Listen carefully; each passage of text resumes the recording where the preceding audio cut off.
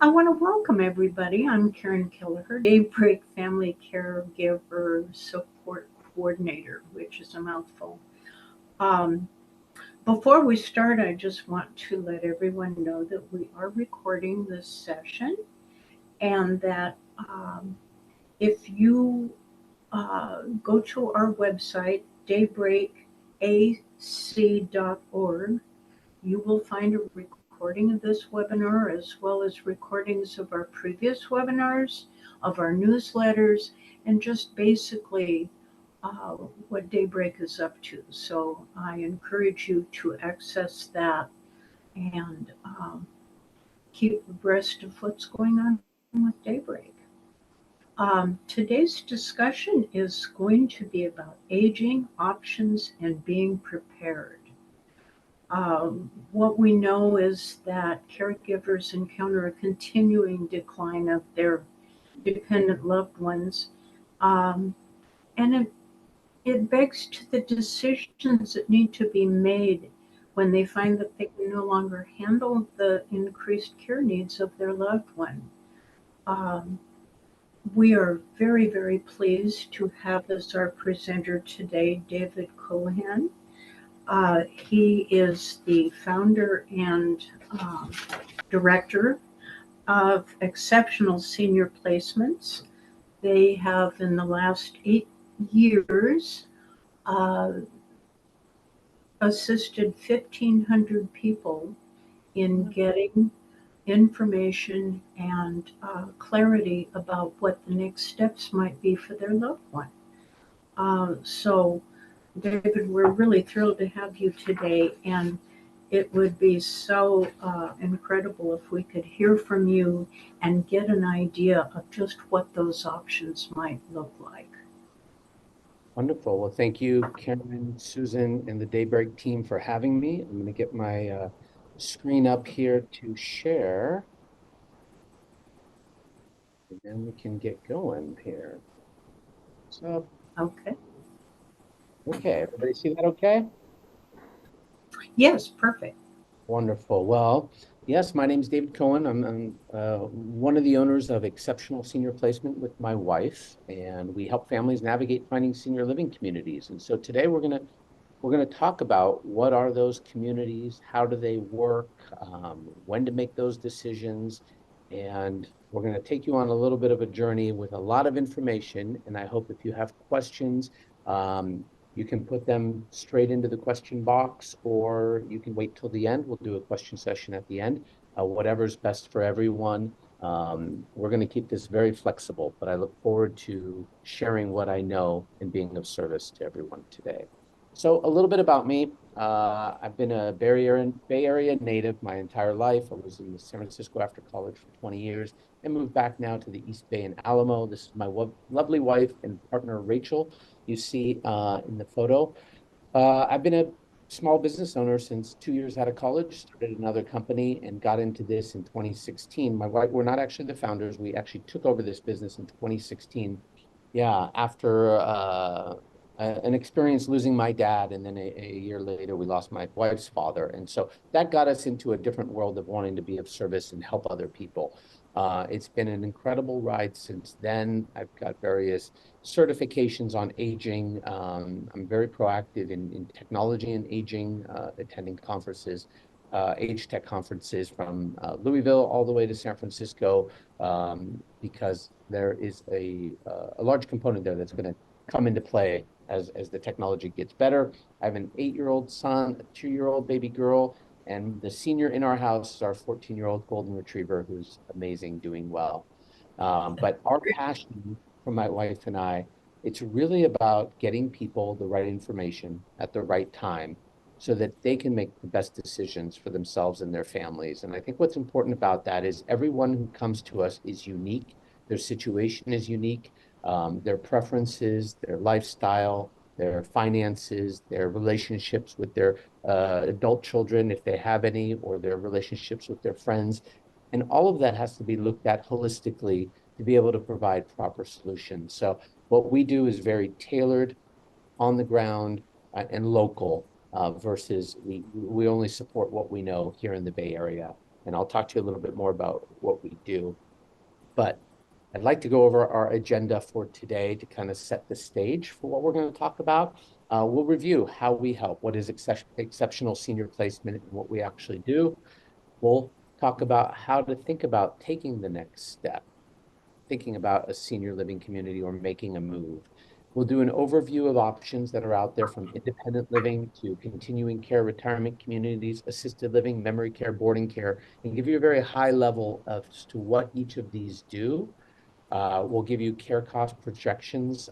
There's a long-term care policy that will show you care costs and where they're projected to go over the next 10 years, so we can help people understand why the costs are rising. We'll talk about the decision-making process, how, when to decide how to pay for senior living, and then we'll open things up for questions. Okay. So how we help, what is exceptional senior placement?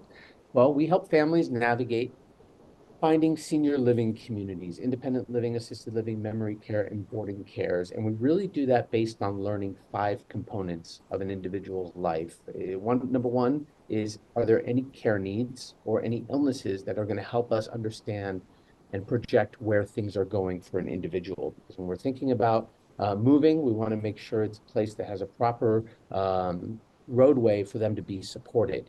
Not every place can support somebody all the way through end of life properly, and different illnesses can help us understand where one would be better suited. We want to know who the person is that we're working with, socially, spiritually, hobbies, interests. What are our goals in moving that person and increasing or bettering their quality of life? So we'll get into more details about that person. We want to know the geographic area that is ideal for that person, that family that they're open to, their timeline, and their budget. And the budget is more in-depth. It's not just a number.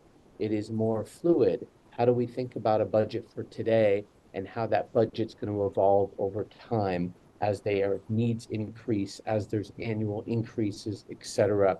And so we go into in-depth ways of how to think about a budget so that we're really landing on details that will help us identify appropriate places. We have a database of over 1,800 places in the Bay Area. Boarding cares make up the majority of that, and then all the large communities and so forth.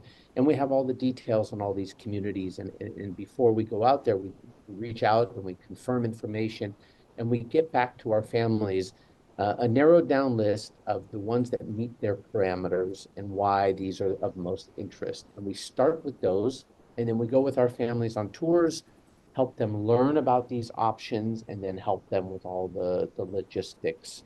A big component of what we do is education, how the systems work, how are these communities licensed, what can they do under their licensing, what they cannot do. And we talk about their licensing oversight, reports, paperwork, et cetera. When we're on the tours, we're really acting on behalf of our clients to make sure that questions that are pertinent to them are going to be asked. A lot of times the marketing people aren't going to read all the main material, or a boarding care owner is not really good at, promoting all the aspects of why they're successful. And we can step in and help through questions and highlights there. And then we talk about how to evaluate these decisions. How can we get references? How do we think about taking a next step and learning about a particular community? And then once the decision's made, we switch gears into logistics mode, and we help as much or as little as is needed with each family in terms of the planning, what resources they might need. And then for our clients, we're always a partner in aging. We don't go anywhere. We help them.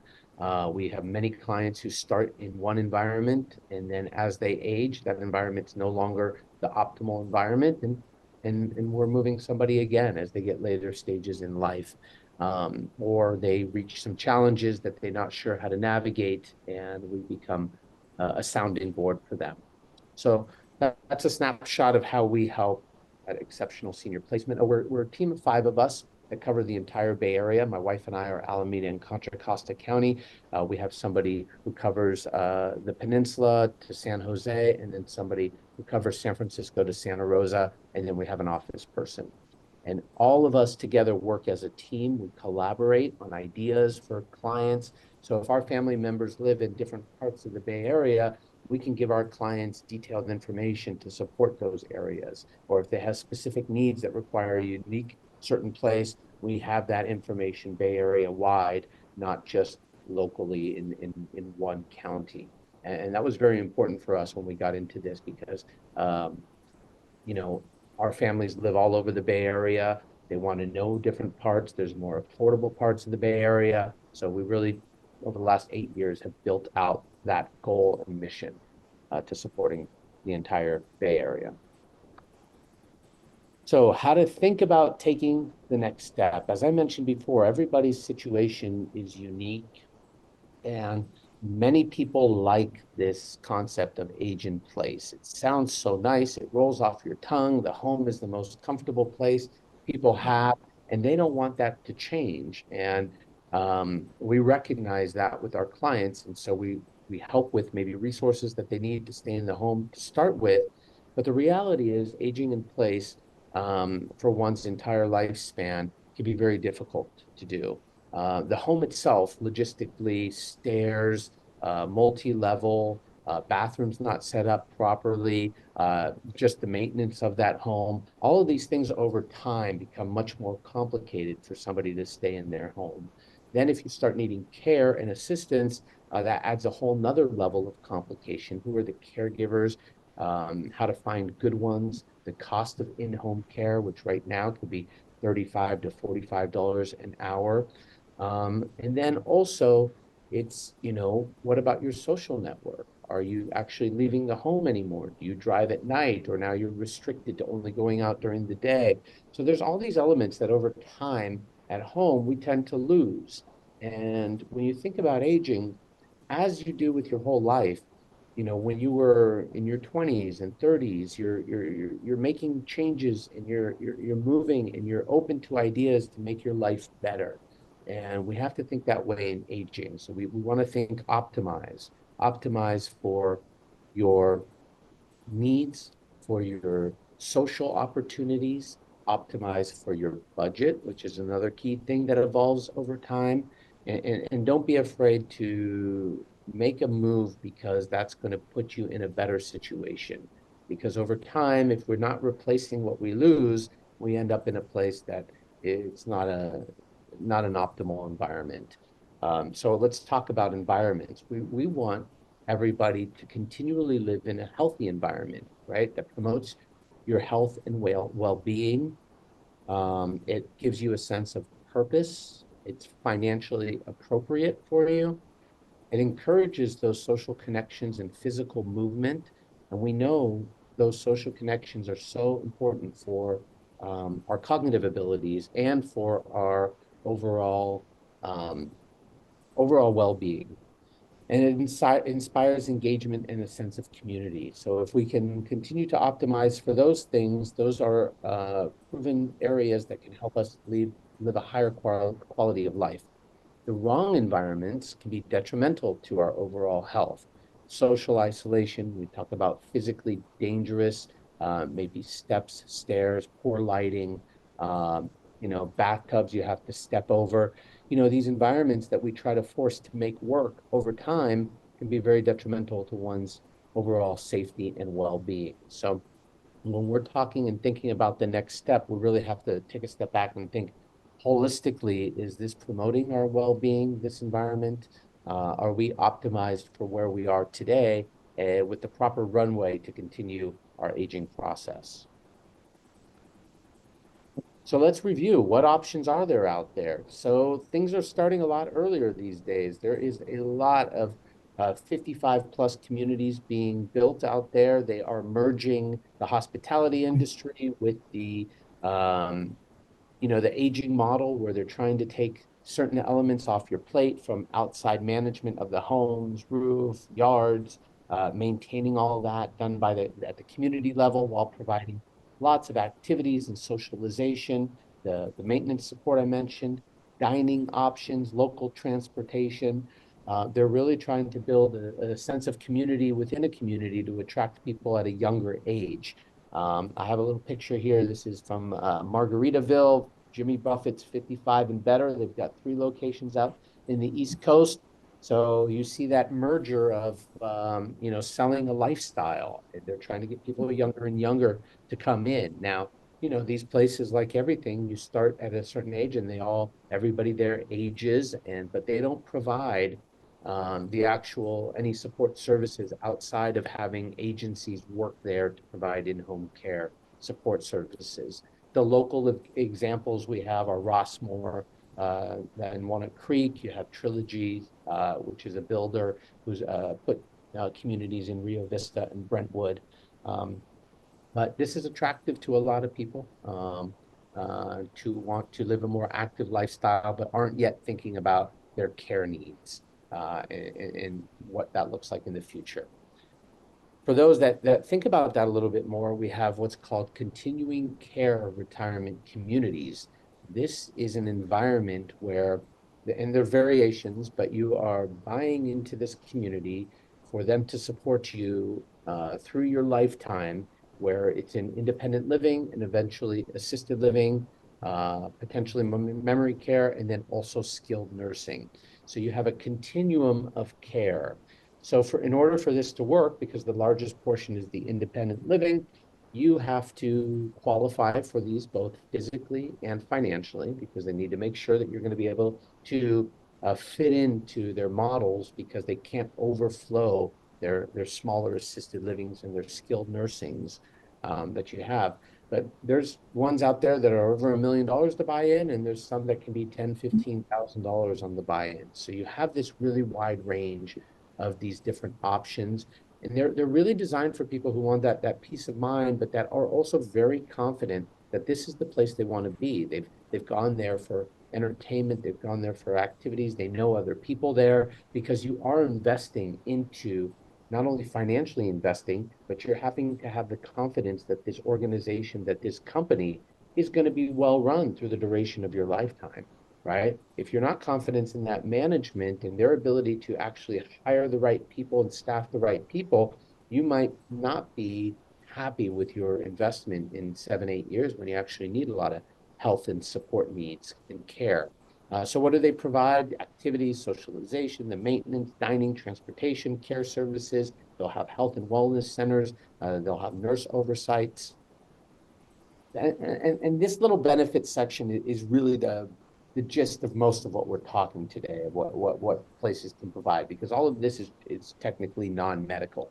The skilled nursings that they have are still going to operate under one's own health plan. They don't take over your Medicare or anything like that.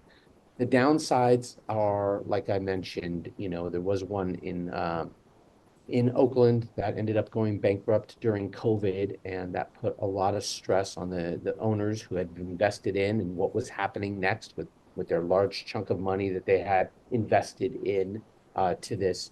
You run the risks of the management teams or changes that you're just not completely a part of. The local examples, you have Stone Ridge Creek in Pleasanton, Viamonte, Walnut Creek, Acacia Creek in Union City, Piedmont Gardens, St. Paul's Towers. Um, these are examples of CCRCs. And it's really not an area that we help with, because the people that want to go to CCRCs, they have a long time horizon on their plate. They go and they go to the events there, they participate and they have meals. This is not an environment where you're going to move in a month or two. You really need to make sure that this feels and that you're engaged with this community ahead of time. So the next level after this, we have assisted living, and it's really, really a broad term. It's really important to know that assisted living is governed differently than our healthcare, our hospitals, our skilled nursings. It's governed under the Department of Social Services. They govern adult day programs. They govern social services like adult daycare centers, and they also govern assisted living, memory care, and boarding cares, because these fall into a non-medical category, right? And there's a wide range of these. I tell people, how do you think about assisted livings? Well, they could be a 25 bed, they could be a 200 bed. They could be very affordable in the scheme of things, or they can be very expensive. And in each market, and when I say a market, typically a county, you're going to have those that are trying to be the most affordable. You're going to have a larger group that are going to be targeted for more of the mid-range, the middle income type of individuals. And then you're going to have those that try to cater to the luxury, the high amenity side of things. And so you have these different categories in there. Um, and then there's really a wide range, and even what they can do can really vary. For example, if they're not required to have nurses on site, but if they have nurses on site, they can do things like diabetes management, manage insulin for people. They can do light wound care, bandages. So they're able to do certain things that a place without a nurse can't do. The services that they offer can really vary. Some will have transportation, some may not have transportation. Some might have private transportation, other it's all group transportation. Um, some have large pets are okay, some they're not okay. So there's all these different variables into all these communities along with the prices. But what they can do is they can support you with what's called your activities of daily living. So a la carte, as you need help, you can start to layer on support with medication management, bathing, continence support, dressing, toileting, feeding, escorting, transferring in and out of bed. These are the things that, as we age and our bodies and our minds decline, a caregiver, a non-medical person can come in and provide that hands-on support. And so that's what the assisted livings can do. uh, Wide price range, small studios, most affordable, 3,500. There's rooms in the Bay Area that can go north of $20,000 for a two-bedroom. So you have all these different variations. They're trying to sell you on this age-in-place model. And I say sell you on it because it's again, it's easier to come off the tongue. But if you were someone who was attracted to a place because it's very vibrant and lots of energy and it's large and there's a couple hundred people, you could live a very active lifestyle there. But if you had a stroke and you became, wheelchair bound and you no longer could do most things on your own, the size, the scale, the focus on the activities, they may not be able to support you at this new care level that you have because they're just going to be the ratios of caregivers, the size of the place. It's just not all going to be optimal for your health. So even in these examples, as they say they can age in place, but for example, there's some that won't do a two-person transfer or a Hoyer lift. So it really depends on how you age if you can really stay optimally in the place that you are or the place that you commit to. But they're going to have activities 7 days a week. They're going to do local transportation to outings, the doctor's appointments. They provide 3 meals a day and snacks.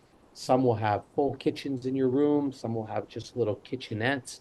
Um, some will offer studios, one bedrooms, two bedrooms, some only studios, some only studio, one bedrooms. A lot of variations out there. That's where we come in to really help people understand what they want and what's possible out there. On the right-hand side, you'll see a lot of the large senior living providers that are out there. And then there's also local homegrown that own one or two places, et cetera. After this, we have memory cares. These are, again, the same regulations. These are either located within an assisted living community, a wing of that community, or they're a standalone building on their own. The difference here is this is going to be a secure environment to support people who have an official dementia diagnosis or some other cognitive impairment that would allow them to be better supported in this environment. So the secured means the doors in the community are going to be alarmed. And if someone tries to open them and go out without pressing the code, it's going to set off an alarm and the door won't open for 15 seconds to allow the staff to come and redirect that person. The staff in a memory care too also have to have additional training, 12 hours of support of dementia related training on how to better support someone with dementia and redirect them and communicate with them. So That's going to be a better environment. The activities, the programs are going to be designed for the abilities of those residents in there. So that could be an optimal environment for someone who's, you know, wants to engage, needs secure because they can still move around. Um, but again, all those places vary. The residents in there, the way that they look and feel, you know, it's very specific trying to find a place for someone because you really want to look at how successful they're going to be in the current environment that's there. The challenges there, what happens with people who are early onset and are very high functioning, but can't be at home anymore. There's some communities that can't take them in assisted living. They want them to be directly in memory care, and that can be completely inappropriate for them. Behaviors, there are not a lot of places who deal with behaviors and aggressiveness. And so it gets really complicated if that's a situation that your loved one's going through.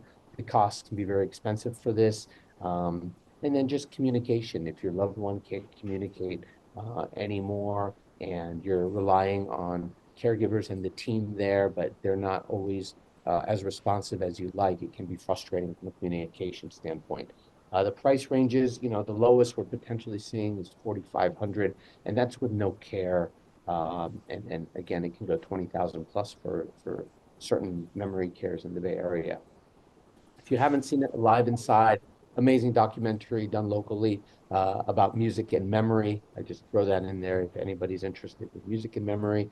It is inspiring to see. Boarding cares, these play such an essential role in this aging environment of many people who want to age in place, stay at home successfully until their very high care needs that they bypass an assisted living or memory care, and boarding care is the right environment to them. Again, licensed the exact same to do the same types of care as the assisted living and the memory cares that we discussed, but they're going to do this in a residential home that's been converted to support up to 6 residents typically.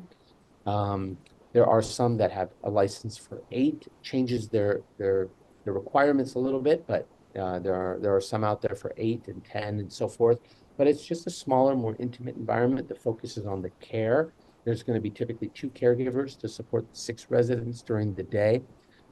They're not required to have a wake staff at night. There are some that do, and there are some that don't. It's a big distinction between them, really dependent on your loved one's needs. So that's got to be focused on.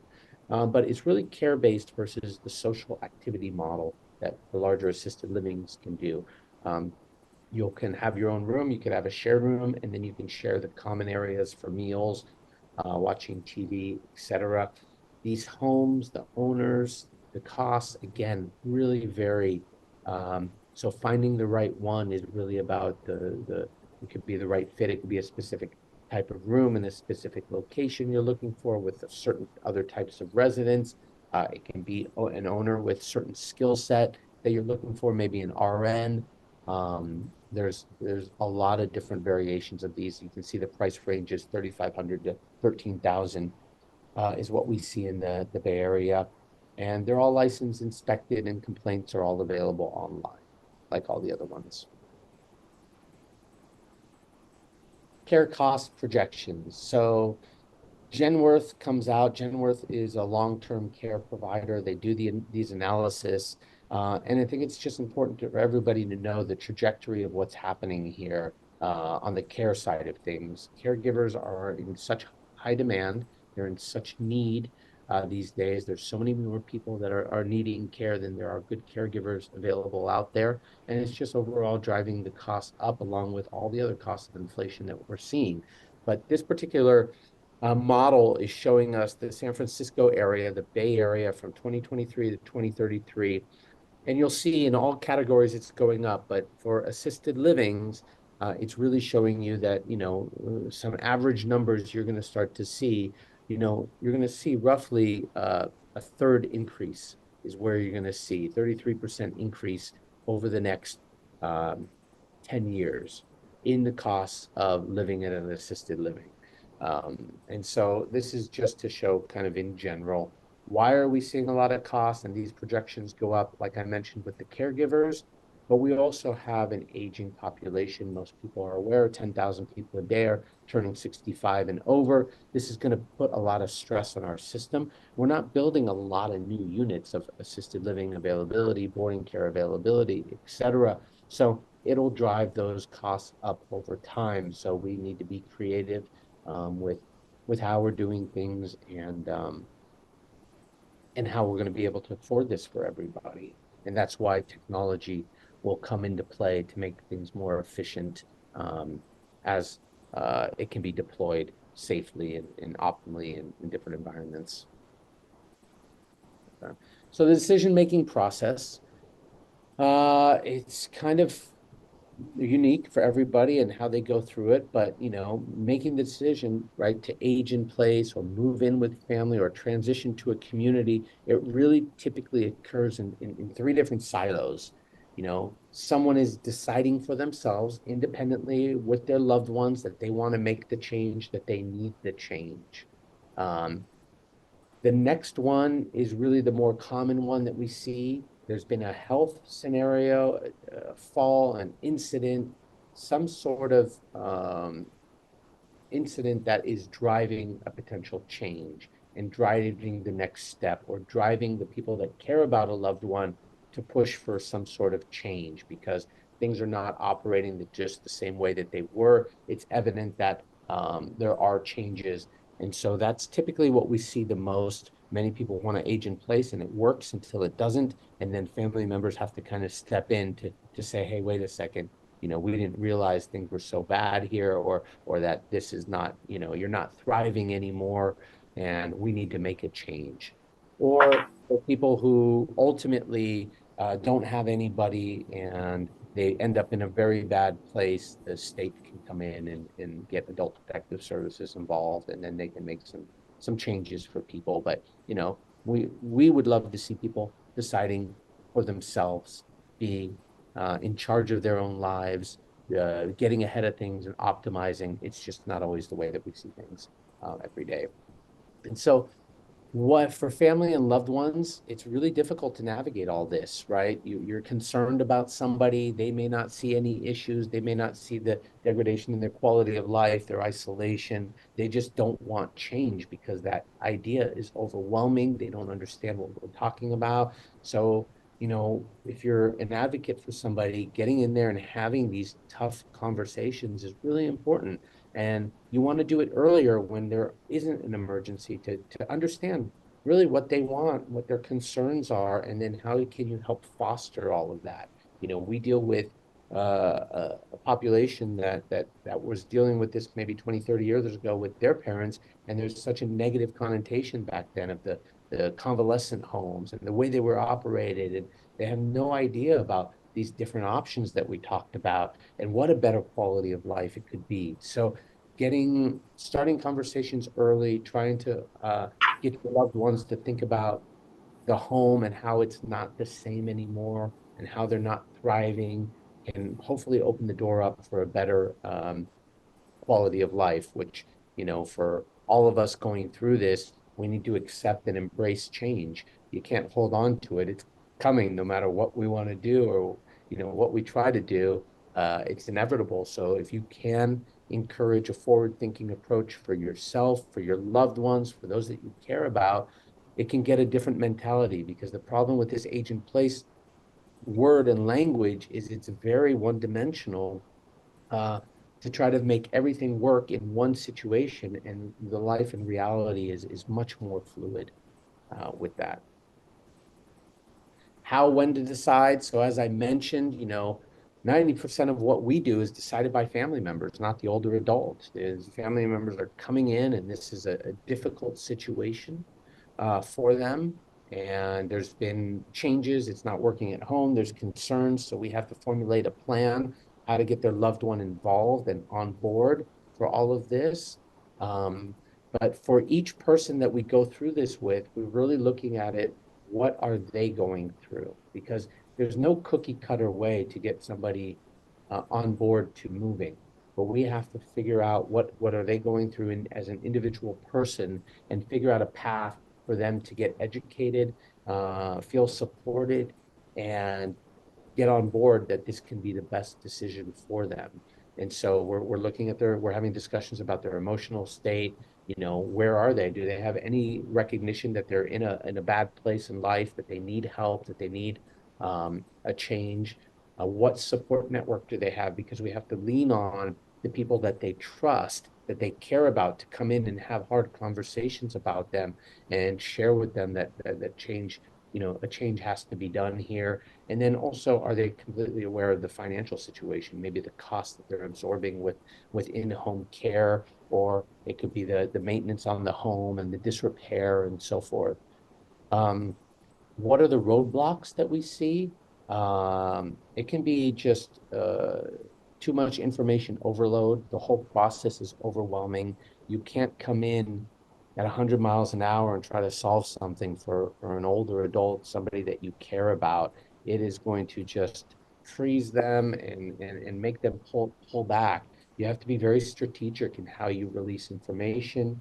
When you do it, they have to be in a good mindset, an open state to it. They have to, and if they're not, you need to figure out when to revisit it. So there's a lot of conversations about your loved one and how they respond, who they respond to, so that we can truly get results out of this and not hit this wall, which is the easiest thing for them to put up through all of this.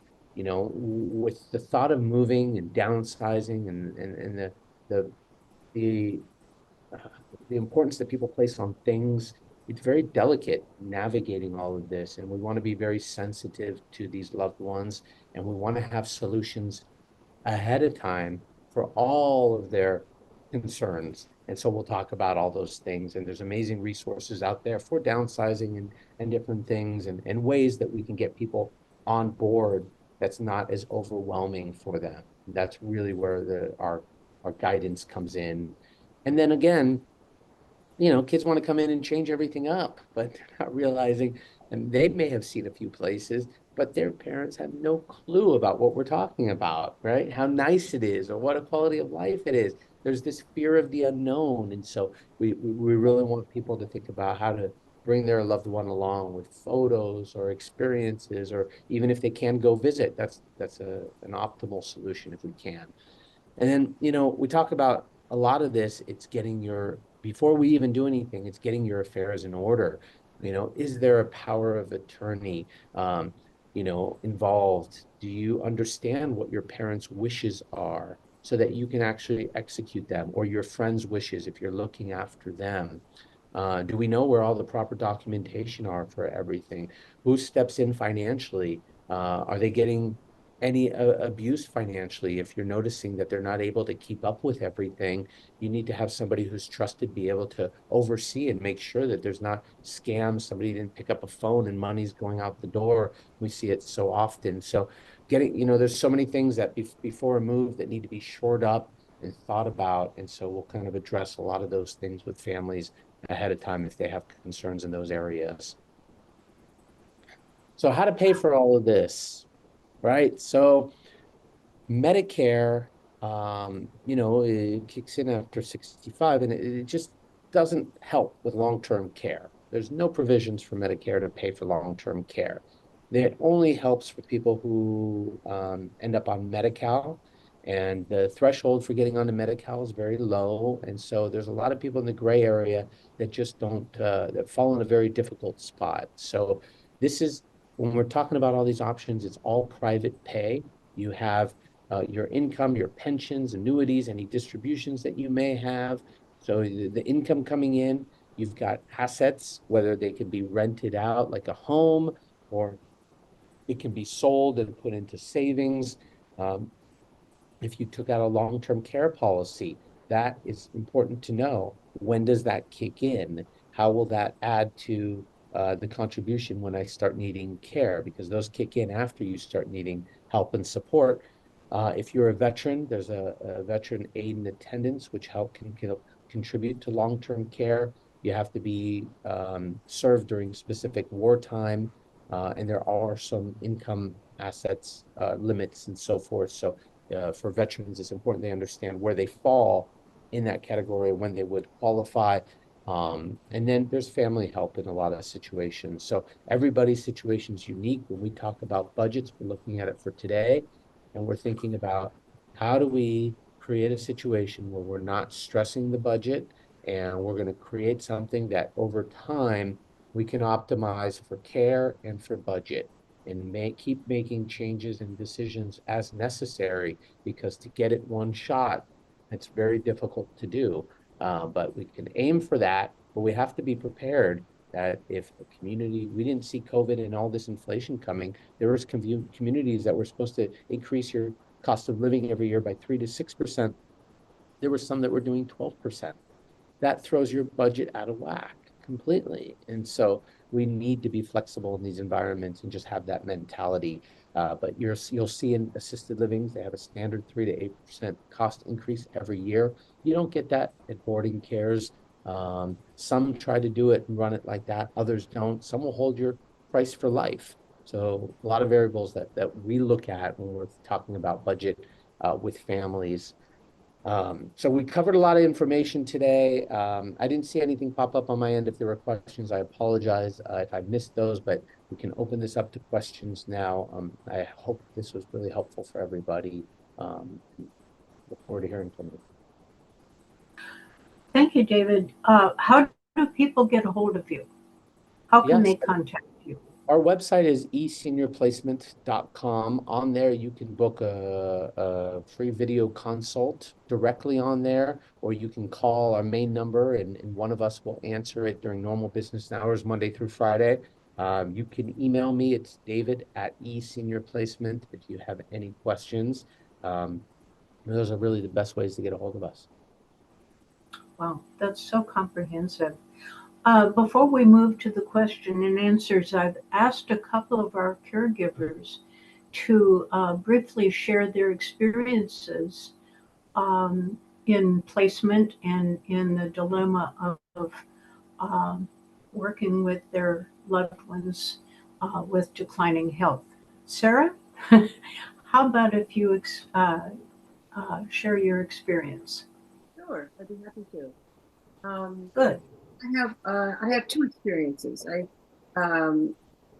took care of my mom until she died in October of 2023. I took care of her for about 2 years, and now I'm taking care of my husband, and he hasn't died yet, but you know, I come. So I'll just say that I come from a family that we would die. We would we would never ever ever ever put somebody in a home. And that's exactly the way we think of it.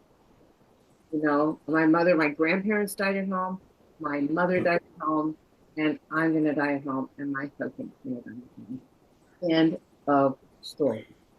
So my two daughters are starting to try and, like chip away at that. And so far, you can tell I'm pretty adamant. But I'm thinking about it. They're concerned. My daughters are concerned with my health, that I'm going to give away my health or use up my health taking care of my husband, their father, and so that's kind of where they're coming. That they want to make sure that I protect myself, and they think I'm not technically good enough. Therapies. So with my mom, I'll just say about my mom. My mom, we had a live-in care, a 24-hour live-in care, and we found the person really easily. She was an angel. She saved us. She saved my mother. She saved my sisters and I. And I can't, I never had a moment's thought, gee, I wonder how my mom is doing. I knew my mom was great. And it was also very cheap. She didn't charge a lot. We had we had an extra room in our house. It was already a guest room that had an ensuite bathroom. So it was a perfect situation. We were very lucky that way. So I don't really have that much experience or any experience looking for someone really, but I'm doing that with my husband. I'm looking for caregivers. So I don't know. Is that enough? Is that what you were thinking of? What were you thinking You about? also You also had an issue with your husband, and so he was briefly in managed care. He was briefly, yes, he just came home on Monday from a skilled nursing facility that was for rehab. And he really, and he, I just, it was really a hard experience for both of us. Even though it was fabulous. He thought it was the worst thing that was possible. He hated every minute of it. And yet he has no idea how bad it could be in skilled nursing. So I just blew him off on that. It was a very nice place, and he got well. He got very well taken care of. I'll just say. Thank you. Thank you. Thank you so much, Sarah. Oh, I mean, Rebecca, you're welcome to ask me questions. yes. So let's move to question and answers. Are there any questions that any of our members would like to pose to David? I would like to say, though I'm not a caregiver at this point in my life, David and everyone, I think your presentation was incredible. And here's why. I mean, yes, we know you are in business and you're offering your services, but I felt like you were so thorough in really explaining the lay of the land for people even not necessarily ready to employ your services. But I'm very impressed with the completeness of what you shared. And I think we will be able to use this recording for quite a while to help caregivers.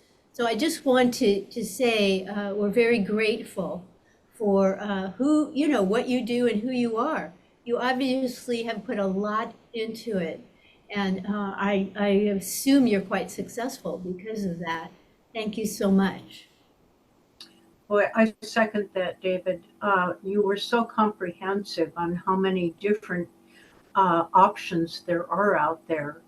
And I get a sense from you throughout your presentation that you have a lot of compassion and a lot of understanding of what it is that people face when they find that they can no longer care for their loved ones and are looking at what is the option that I have that will work for both myself and my loved one. That can be a big challenge. Rebecca's back with us. Rebecca, if you unmute, we would love to hear. Rebecca had a great experience with Sunrise with her husband, and she was most anxious to share it. But it looks like technical difficulties are with us. But suffice to say that Rebecca was very anxious about next steps for her husband when she could no longer care for him. And they found Sunrise in Roseville. And he was very challenged with diabetes. And it was getting really, really, really out of control. So he went to Sunrise to get help with his diabetes, to get it under control. And within the community, he developed some nice connections with other residents. The facility, the place itself, Sunrise, was very, very nice and very welcoming. And he's had a very positive outcome. There you are. There we go. Okay. I can't tell it as well as you. I can give the highlights, but if you could just briefly let us know what it's been like for you and Joe. Oh, hello. My name's Rebecca, and my husband Joe is 76 and I'm 73.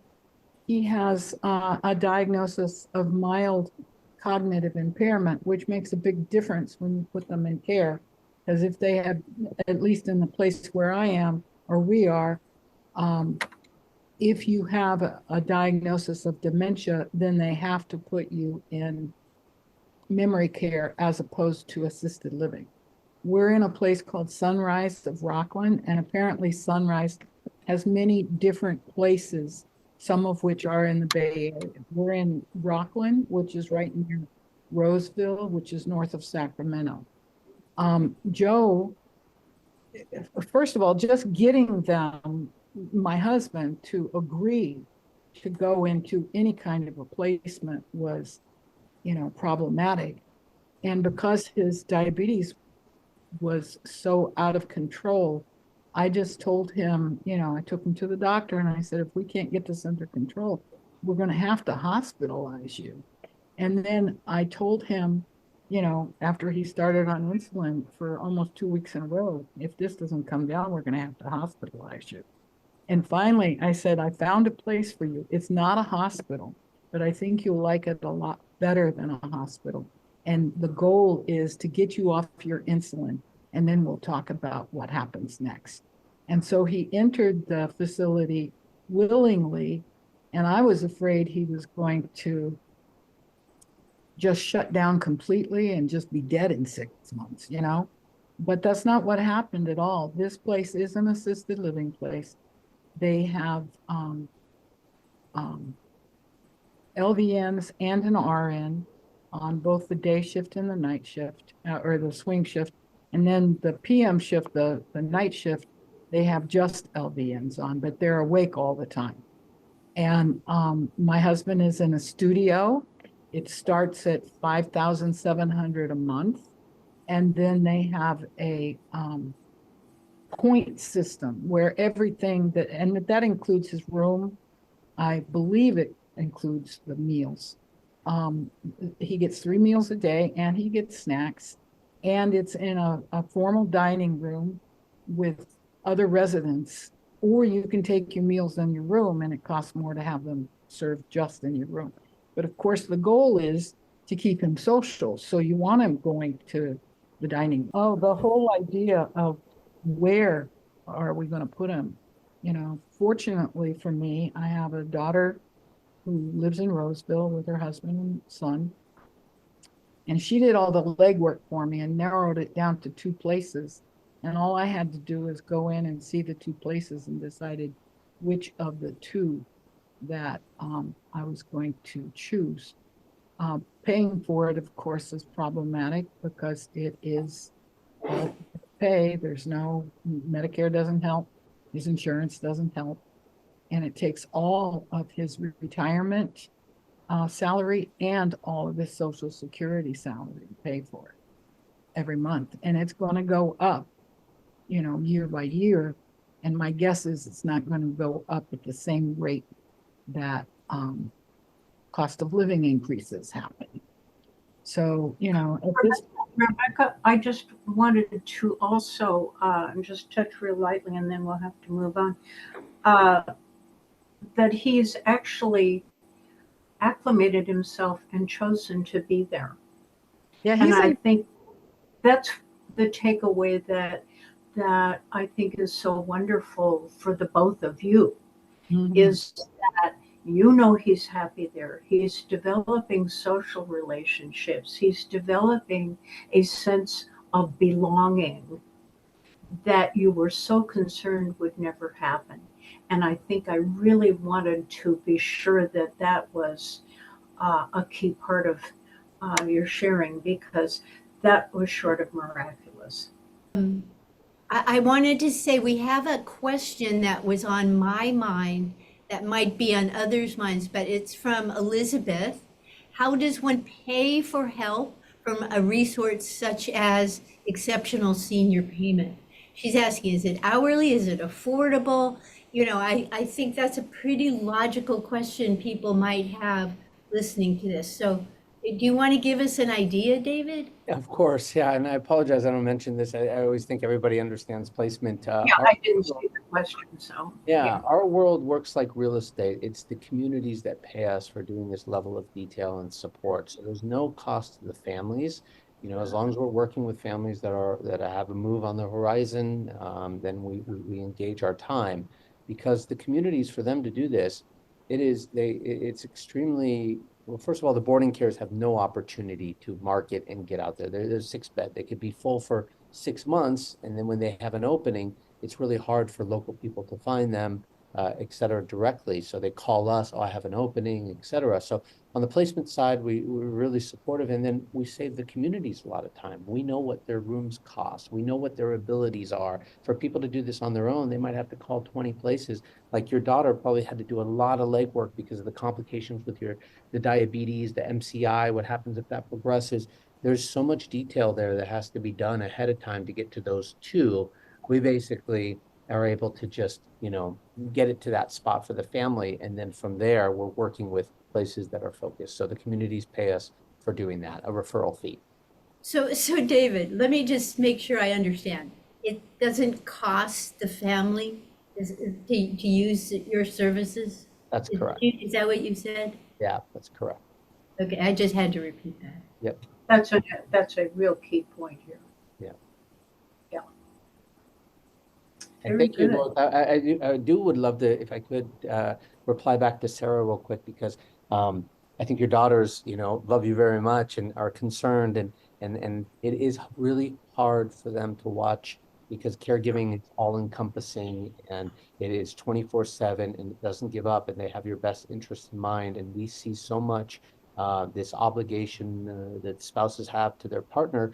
But what they're missing is they've changed from being their wife and partner to their caregiver. And that's a whole different dynamic than being a wife and partner. Sometimes moving at the right time can give you back that wife relationship, where the time that you spend can be more connecting and more therapeutic for the two of you, and connect in different ways, versus worrying about, how he's being changed or hygiene or fed or something like that. So it can be a positive experience for some, and it really depends on you nailed it last time. Your family found the right caregiver.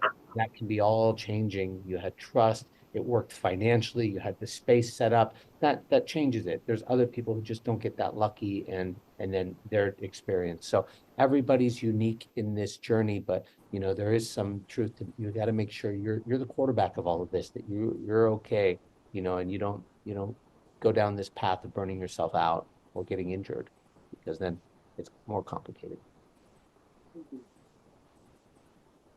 Boy, that is wonderful. I'm so glad that you came today, David, and what you provide is just incredible. I hope that people will contact you with further questions and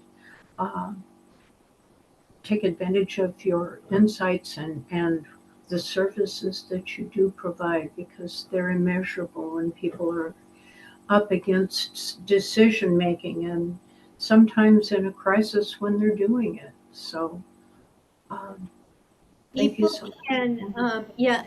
Can get the recording and information about reaching David in our next newsletter, and you can also just reach out to us at DayBreak AC.org if you want to get it before then. But we have the information for you. Thank you all. Wonderful. Thanks for having me, everybody. Yes, thank you so much. Well, thank you, David. Thank you so much. And thank you, everybody, for coming. Hope to see you again soon. Bye-bye. Thank you.